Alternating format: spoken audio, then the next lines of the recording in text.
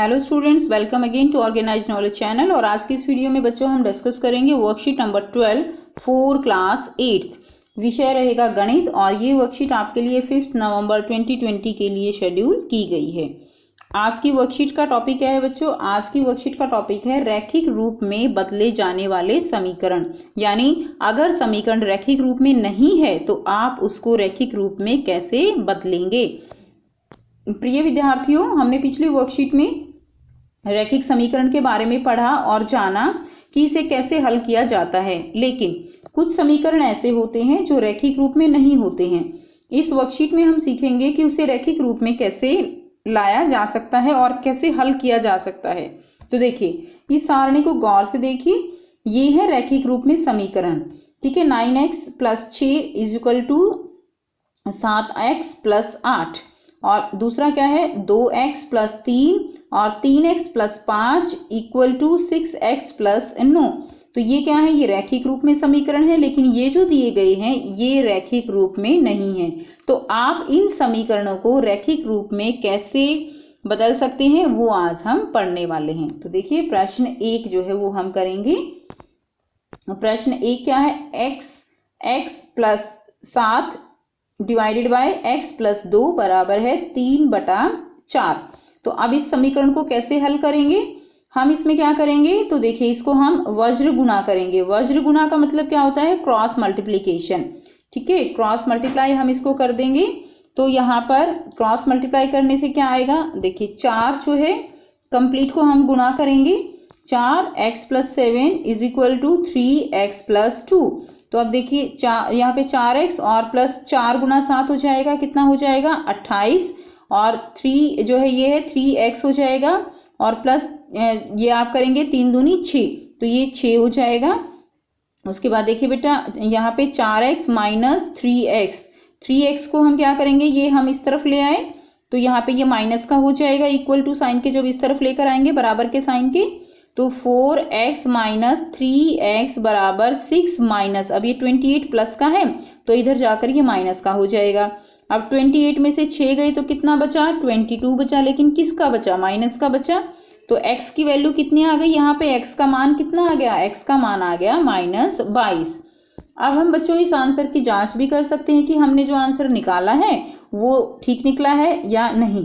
तो जांच करने के लिए हम क्या करेंगे? हम x का मान जो है वो यहाँ पर लिख देंगे, ठीक है।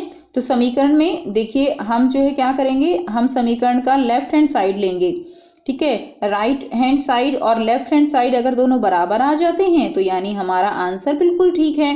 तो हमारे जो है यहाँ पर आप देख पा रहे हो, राइट हैंड साइड में हमारा क्या है? 3/4, यानी हम x की वैल्यू इसमें रखेंगे और अगर हमारा उत्तर 3/4 आता है तो यानी हमारा आंसर बिल्कुल ठीक है। तो x + 7 और नीचे दिया गया है x + 2।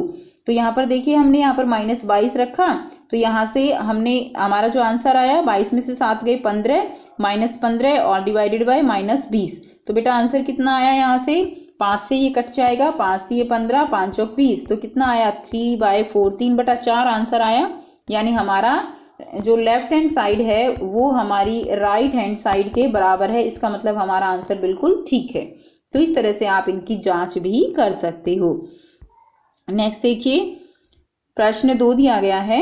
अब आप इसको बिल्कुल ध्यान से समझिएगा। ये आपकी जो है ये शाब्दिक समस्याएं हैं।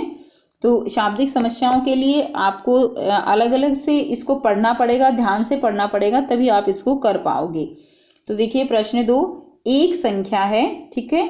अब एक संख्या है, हमें नहीं पता संख्या क्या है, जिसका 7वां भाग यानी उस संख्या का 7वां भाग जो है, 7वां भाग उसके 8वें भाग से 1 अधिक है। ध्यान से समझिए बेटा, एक संख्या है जिसका 7वां भाग उसके 8वें भाग से 1 अधिक है। तो देखिए, मान लीजिए हमने संख्या मान ली x। अब x का 7वां भाग क्या होगा? x/7 और x का 8वां भाग क्या होगा? x/8, ठीक है। यानी x का 7वां भाग जो है वो 8वें भाग से क्या है? 1 अधिक है। यानी अगर हम 7वें भाग से 8वां भाग घटा दें तो क्या होगा? वो जो है 1 के बराबर आना चाहिए। मान लीजिए, मैं यहाँ पर आपको एक जनरल एग्जाम्पल से समझा रही हूँ। मान लीजिए कोई संख्या है, उसका 7वां भाग कितना है? 10 है। और मान लीजिए वही संख्या है, उसका 8वां भाग मान लीजिए कितना आया? 9 आया, ठीक है। तो यानी ये इससे कितना ज़्यादा हो गया, 10 जो है वो 9 से कितना ज़्यादा है बेटा, 1 ज़्यादा है। बस हमें यहाँ पर संख्या नहीं पता, इसीलिए हमने क्या मान लिया, 1 मान लिया। अब प्रश्न के अनुसार दिया गया है तो हमने क्या किया, x/7 माइनस x/8 बराबर है 1। तो ये हमने क्या कर लिया, ये हमने समीकरण बना लिया। अब हम क्या करेंगे, हमें यहाँ पर एलसीएम लेना पड़ेगा। तो यहाँ पे हमने एलसीएम लिया 56, इसको हम सॉल्व करेंगे। 7 8 56 तो 8x माइनस 8 7 56 तो 7x आ गया इज इक्वल टू 1। ये तो बेटा आप इजीली कर सकते हो। 8x में से 7x घटाएंगे तो 1x बच गया, तो x/56 तो x की वैल्यू निकालेंगे तो 56 इधर भाग में है तो इधर जाके गुणा में हो जाएगा, तो 1 गुणा 56। तो संख्या क्या आ गई हमारे पास, संख्या आ गई हमारे पास 56। अब आप इसमें जो है यहाँ पर इसको जांच भी कर सकते हो। जांच करने के लिए आप क्या करेंगे, यानी x हमारे पास क्या है 56, ठीक है ना, तो 56/7 माइनस 56/8। अब देखिए बराबर 1 के बराबर आनी चाहिए, तो ये क्या हो गया, 7 8 56 माइनस 8 7 56। तो देखिए बेटा आ गया ना, 8 में से 7 गया 1, तो यानी हमारा राइट हैंड साइड जो है वो लेफ्ट हैंड साइड के बराबर आ गया, यानी हमारा आंसर बिल्कुल ठीक है। अब यहाँ पर आपको कुछ टिप्स दिए गए हैं कि शाब्दिक समस्या को हल करने के लिए क्या क्या टिप्स हो सकते हैं। तो सबसे पहला क्या है, शाब्दिक समस्या को 2 या 3 बार हिस्सों में आप पढ़ोगे, यानी उसको बार बार जो है आप पढ़ोगे, समझोगे और जैसे जैसे लिखा गया है उसको वैसे वैसे लिखते चले जाइए। जिसे ज्ञात करना है उसको x या अन्य चर के रूप में लिखना, तो जिसको भी ज्ञात करना है उसको हमने मानना है x या कोई भी चर आप मान सकते हो। नेक्स्ट देखिए, उनके बीच के संबंधों को चरणबद्ध तरीके से लिखना, तो जैसे जैसा आपको समस्या में लिखा गया है उसी के अनुसार उसको हम चरणबद्ध तरीके से लिख लेते हैं। लास्ट में क्या होगा, अंत में हम समीकरण को हल कर लेंगे, उसको जो है सिंपल करके उसको हम हल कर लेंगे। अब देखिए यहाँ पर बच्चों आपके लिए कुछ प्रश्न दिए गए हैं, तो इनको हमें क्या करना है, इनको हमें हल करना है। पहले में तो ये हमें हल करने हैं, दूसरे में ये हमारे पास एक जो है 2 हमारे को शाब्दिक समस्याएं दी गई हैं। तो चलिए बेटा पहले हम फर्स्ट क्वेश्चन को हल करते हैं। यहाँ पे पहला प्रश्न जो दिया गया है वो है 2x + 3 डिवाइडेड बाय 4x - 5 बराबर है 3/7। इसको हमें हल करना है। हम क्या करेंगे, पहले इसकी हम क्रॉस मल्टीप्लिकेशन यानी वज्र गुणा करेंगे। वज्र गुणा करने पर 7 को हम इस पूरे से गुणा कर देंगे, 3 को हम इस पूरे से कर देंगे। बेटा ये बहुत आसान है, आप इसको अपने आप जो है कर लीजिए। तो ये देखिए 7 दूनी क्या आ जाएगा, 14x + 7 × 21। इसी तरह 12x जो है माइनस 5 × 15। इसी तरह देखिए बेटा 14x, अब ये 12x को हम इधर लेकर आएंगे तो ये क्या है, ये माइनस में आ जाएगा, और ये -15 इधर है, 21 को इधर लाएंगे तो ये माइनस में हो जाएगा। अब इसको सॉल्व कर लीजिए। अब देखिए यहाँ पे 14 में से 12 गए 2x, और यहाँ पर -15 और -21 कितना आ गया, -36। x की वैल्यू निकालनी है तो 36 ये गुणा में है तो ये भाग में आ जाएगा 2, तो उत्तर कितना आ गया, -18। ये कट जाएगा ना, ठीक है, तो उत्तर कितना आ गया, -18 जो है उत्तर आ गया। नेक्स्ट देखिए सेकंड प्रॉब्लम है हमारी, 5x - 4 जो है बटे में 3x + 7, तो ये 1/2 के बराबर दी गई है, तो इसको हम वज्र गुणा करेंगे। इसी तरह बेटा जैसे हमने ऊपर किया इसको यहाँ तक, ठीक है ना, तो यहाँ पे क्या हो जाएगा, अब 10x इधर है, 3x को इधर ले आएंगे, 10x में से 3x घट गया, कितना आ गया, 7x। इसी तरह 7 है तो इधर -8 है, तो इधर लेकर आएंगे तो ये प्लस का हो जाएगा, तो 7 + 8 आ जाएगा। यानी अब यहाँ से 7x बराबर है, कितना आ गया, 7x बराबर है 15। अब 7 जो है वो किस में है, यहाँ पे गुणा में है, तो x की वैल्यू निकालेंगे तो 15/7, तो x का मान कितना आ गया, 15/7। थर्ड पार्ट है y डिवाइडेड बाय y + 3, ठीक है बेटा, और 7/8 दिया गया है, तो आप इसकी जो है क्या करेंगे, वज्र गुणा करेंगे, तो इस तरह से क्या आ जाएगा, 8y बराबर है 7y + 21। इसी तरह 8y 7y को इधर लेकर आओगे माइनस में, तो यह y आ जाएगा, और y की मान यहाँ पर कितना आ गया, y का मान आ गया 21। अब देखिए फोर्थ क्वेश्चन हम करेंगे। फोर्थ क्वेश्चन में आपको जो दिया गया है वो है z + 4 divided by z is equal to 5/1, तो मल्टीप्लाई करेंगे, गुणा करेंगे यहाँ पे, वज्र गुणा, उसके बाद क्या हो जाएगा, 5z बराबर है z + 4, ठीक है, 5z माइनस ये z इधर जाएगा, माइनस में हो जाएगा, तो -z इज इक्वल टू 4, तो बेटा 5z में से एक z घटाओगे तो कितना आएगा 4z बराबर है 4। अब यहाँ से ये गुणा में है तो इसको जो है क्या करेंगे हम भाग में ले आएंगे, तो 4/4 आ जाएगा और z का मान कितना आ गया, z का मान आ जाएगा आपके पास 1। ठीक है, तो ये आपके चारों क्वेश्चन हो गए। नेक्स्ट करते हैं।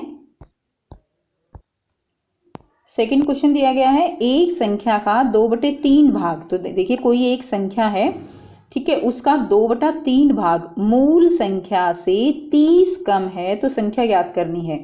तो एक संख्या का यानी हम पहले क्या करेंगे, हम मूल संख्या हमें मान लेंगे। तो मूल संख्या मान ली हमने x का बेटा उसका, आप इसको स्टेटमेंट को पढ़िए और लिखिए। एक संख्या का 2/3 भाग, संख्या क्या हो गई x, इसका 2/3 भाग कितना हो जाएगा 2/3x।